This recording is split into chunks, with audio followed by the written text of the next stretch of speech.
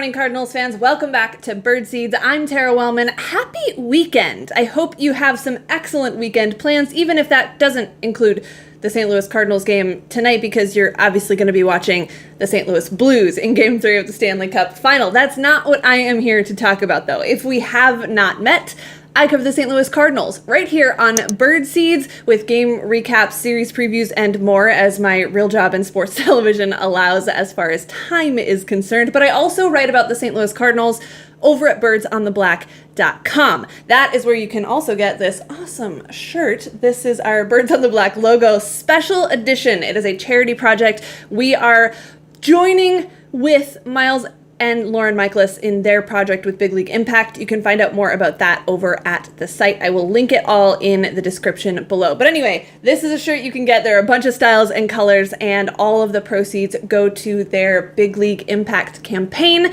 which is a project that helps support survivors and victims of sex trafficking in the St. Louis area. So again, all of that will be below, but that's Birds on the Black. This is about last night, and while there's plenty of hockey to talk about in this town, last night was all about Cubs versus Cardinals. Let's go. I do need some more coffee though, so hold on. Score early and score often. That is the goal, right? Well, 1 out of 2 ain't bad. The Cardinals did in fact score early after Miles Michaelis got out of a mess in the top of the first inning. But Michaelis then gave that single run the Cardinals scored early right back. And the 1-1 tie would stick around for quite some time. Now, the Cardinals did not hit Cubs starter Yu Darvish very well, but you don't win by tallying up hits, just runs. And they had a chance to get one more of those runs to take the lead in the 5th inning, despite not hitting Darvish well. They had runners at first and second, and Carpenter at the plate with 2 outs. Full count, strikeout looking. And it wasn't even a slider. It was inside quite a bit, but man, swing the bat. It will never cease to be strange to me that one of the best things about Matt Carpenter, his understanding of the strike zone, his commitment to not swinging at non-strikes, his approach at the plate, is also potentially the most frustrating thing about him. No cashing in on that chance. I have nothing really to say about the middle innings of this game because nothing happened in the middle innings of this game for either team. Miles Michaelis left the game after the 7th inning, which was great to see. Fantastic start from him. Carlos Martinez put up a 0. So did Jordan Hicks in the 9th. The Cardinals, who had not had a walk-off all season, then headed to the bottom of the 9th with Paul Goldschmidt at the dish to lead things off. But it came down to Matt Wieters, who was playing because of an injury that sent Yadier Molina to the IL. That pesky thumb ligament thing seems to be back and problematic, and Wieters grounded out to send it to extras. Which meant another inning of Jordan Hicks, which hasn't gone particularly well as of late. This time, it worked out fine, and Bryant versus Hicks was actually kind of fun. But in the bottom of the 10th, it was the bottom of the order trying to send the Cardinals home happy. Kolten Wong did his part, picking up a 1-out double. Can we talk for a second about how significant that is? I mean, he needed that pretty desperately, and this team pretty desperately needs Kolten to be confident. And every time I say that, I feel like I have to add this caveat. I'm not talking about Kolten Wong as a head case. I know a lot of people will throw that out there and say, well, if he can't stay confident, then he must not have the mental blah, blah, blah, blah, blah, blah, blah, blah.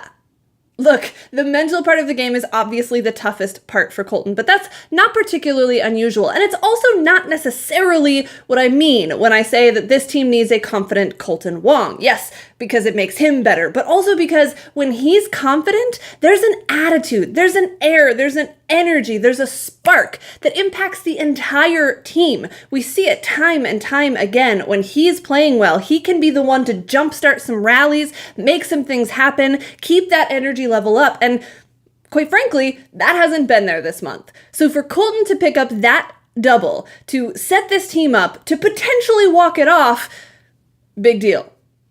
Just let it be a big deal. That's all.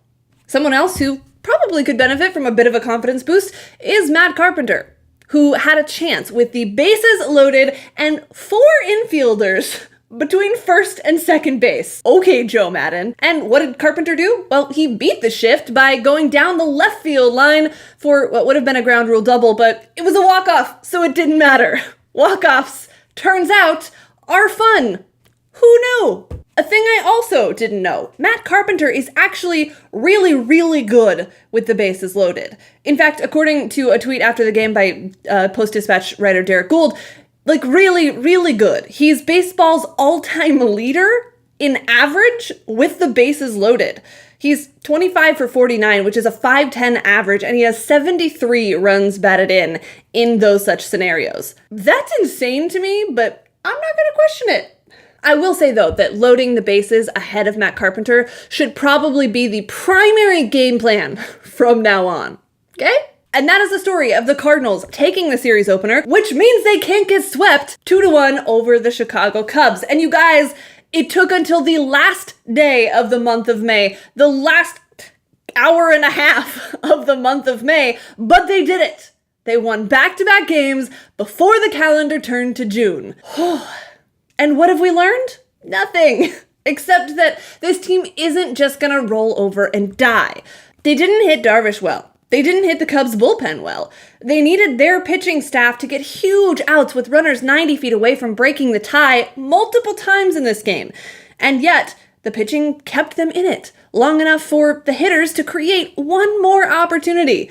And then finally, they took advantage. Now let's see if they can do it again, because a streak doesn't start until it's at least 3 wins in a row. So it's Jose Quintana versus Jack Flaherty tonight at basically the same time as the Blues play the Bruins in Game 3 of the Stanley Cup Final, so I know like 80% of you are not going to be paying attention to baseball. Don't worry, I got you right here tomorrow.